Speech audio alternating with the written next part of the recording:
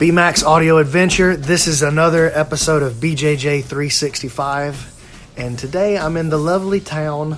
It's a town, not a city. Is it a city? I mean, it's kind of a city. It's the biggest small town in America, I think. They kept getting on to me in Ireland about, I would be like, oh, in this city here, and they'd be like, no, this is a town. Well, there's a big difference there. In Alabama, there ain't no difference. No. A city and a town, it's the same thing. It's a city. The city of Birmingham. Birmingham, Alabama. The ham. With Chris Conolley. You know it. Of Spartan. MMA. Yep. Birmingham, Alabama. The king. Yeah. Are you the king of Alabama? I feel like, I don't know. Maybe the emperor would be a better. That feels a little much. A little much? Yeah. Like the king. All right, but I'm the emperor of Birmingham.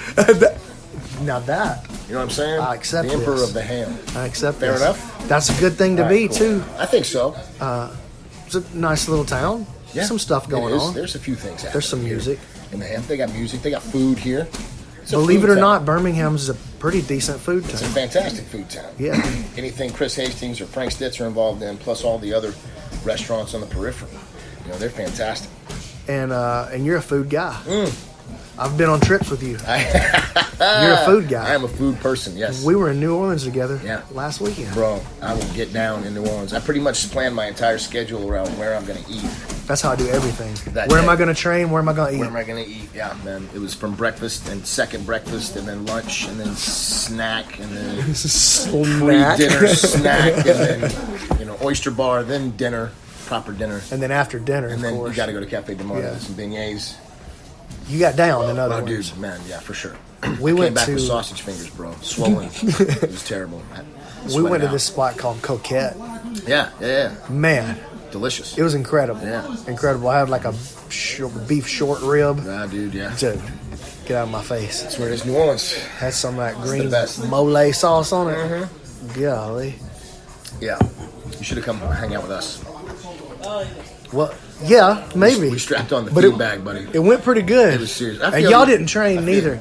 Y'all didn't train. Bro, you wanted to train at 9 o'clock at night.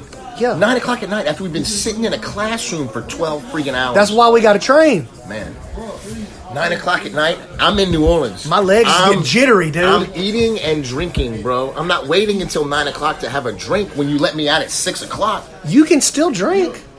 I'm not getting on the mat after I have some cocktails and a belly full of food. Well, that's what we did. But not the cocktails part. I didn't drink nothing. I know. You don't do that. That's cool, though. I dig that about you. Yeah, I just never learned how to do it when I was a kid, Yeah, me neither. I didn't get into it as a kid, and I, so it just I never got the appeal of it. Right, I feel you. It's terrible. Don't do it. Yeah, I figure it's not really hurting me not doing it. Stay on that Coke Zero, bro. That may be hurting me. Stay on that Coke Zero. I've been drinking a lot more water, though. That's you good, have. right? You're looking slim and trim, fit, moving well, young and agile, like a jungle cat. Yeah, like a jungle cat. Like a jungle cat. Not actually a jungle cat. No, but you're B-Mac. You're jungle a unicorn. cat-ish. Yeah, but you're moving like a jungle cat. Why? So I'm here. Yeah. Been coming down.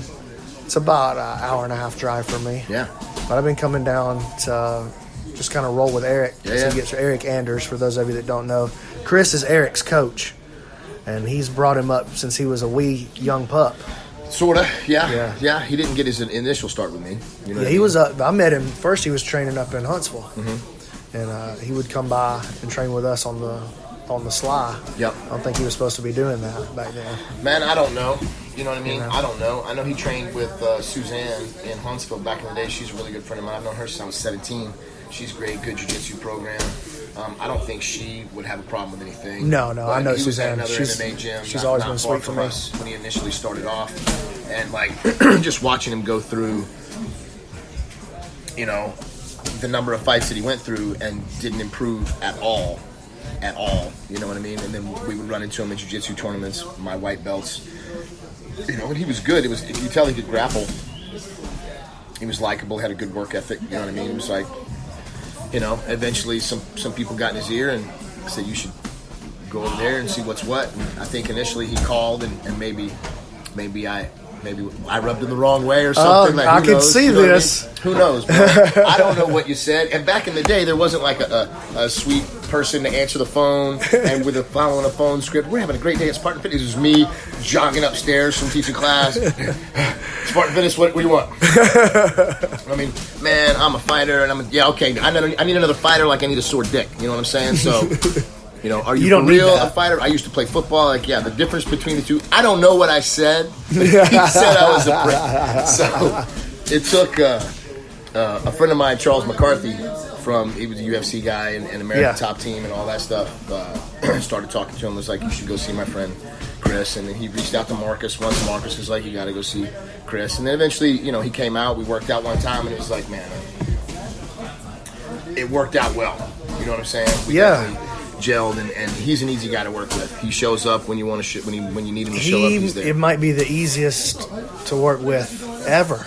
He's on time. Yeah, he's on time. He's punctual. He was an Eagle Scout, man. He was an Eagle Scout. His mom, they had 4 boys.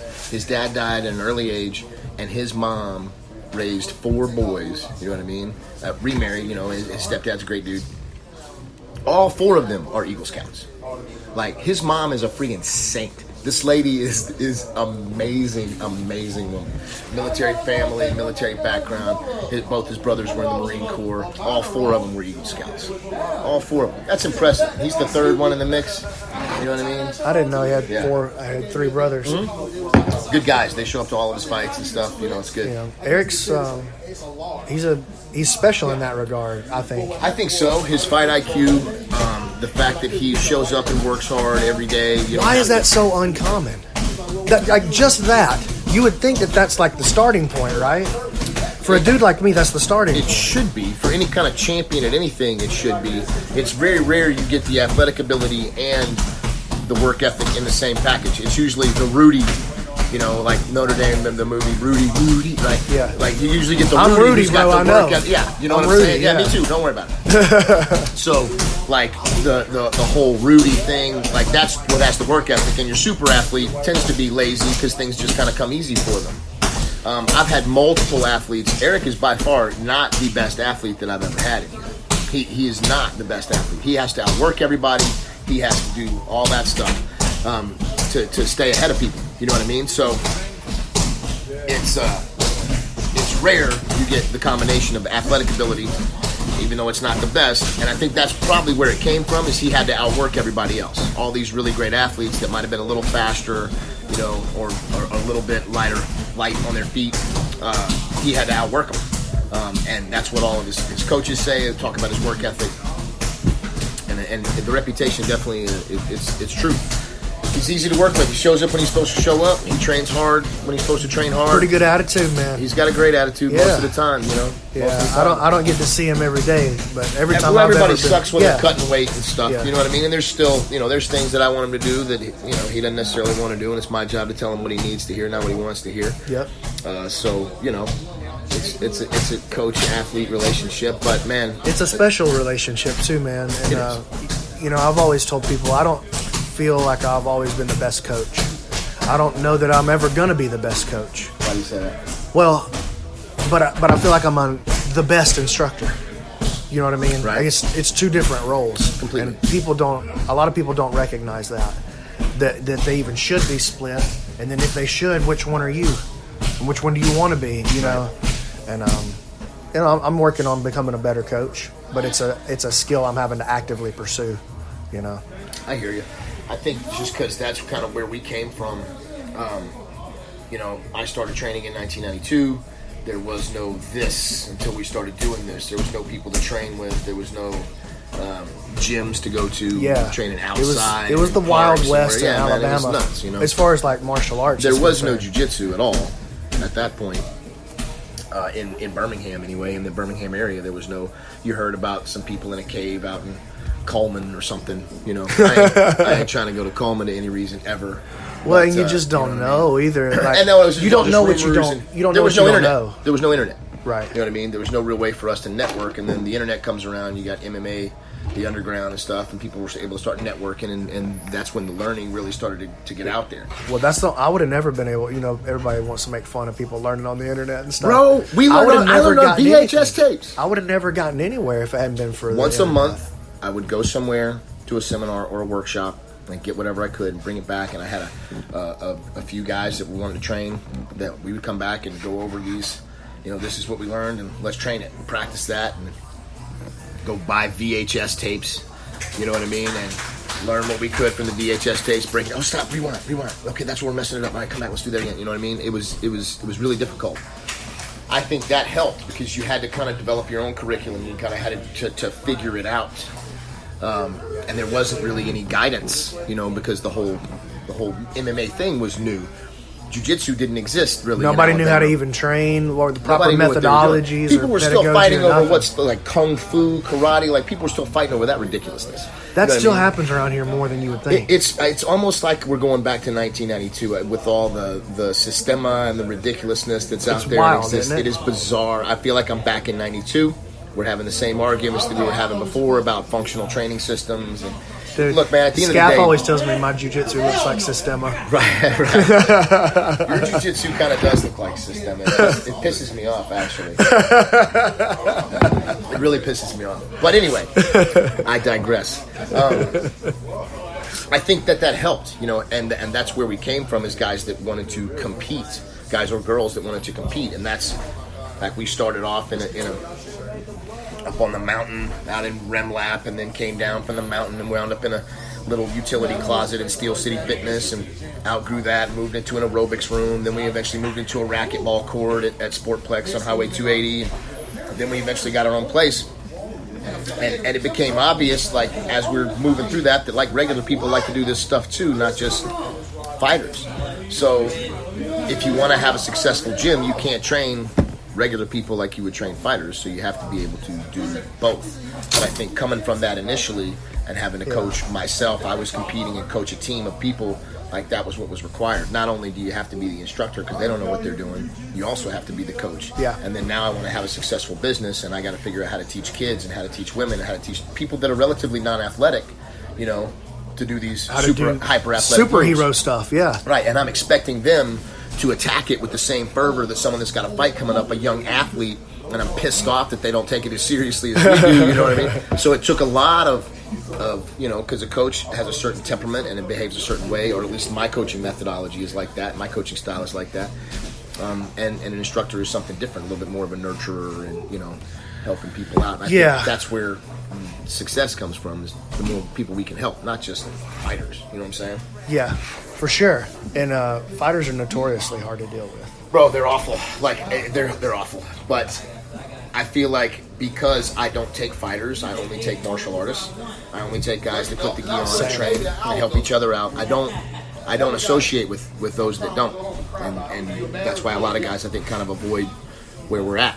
But because I only take martial artists, I feel like we've assembled a really, really, really cool team and a squad. We've been able to keep it together for a long time, man. And for the longest, I was against bringing up the younger guys. I don't really want any more fighters. I don't care about developing new athletes. And it was them that kind of forced me to do that. Hey, this guy wants to spar. This guy wants to spar. These people need to be training. This guy wants to compete. Like these young guys and girls coming up that want that. And we've got a whole new squad of them coming up now. So it's cool how the new breed kind of becomes the old breed and raises up the new breed. And I've been through this cycle a bunch, and sometimes it turns into revolt. You know what I mean?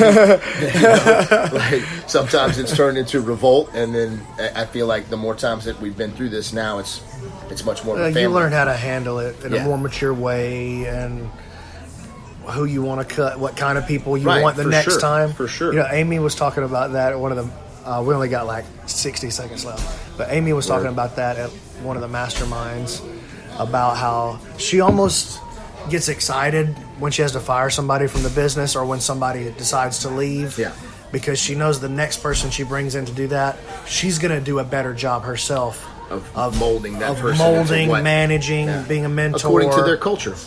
Right. You know what I mean? And our culture is definitely not a fighter culture. It is much more of a family, fostering, helpful environment, community, a tribe, which is what we are. You know what I'm saying? Where can everybody find you on Instagram, all that good stuff? You can hit us up. We're Spartan Fitness MMA on Facebook. We're SBG Alabama on the gram. So holler at us. Powered by SBG Straight Blast Gym of Alabama. Chris Conolley. Let's do it again, man. B-Mac, we're going to talk a do it. lot. I think everybody's got a lot to learn from you, so I'm looking forward to it. Word. I appreciate it, bro. Love you. Yep. Love you back.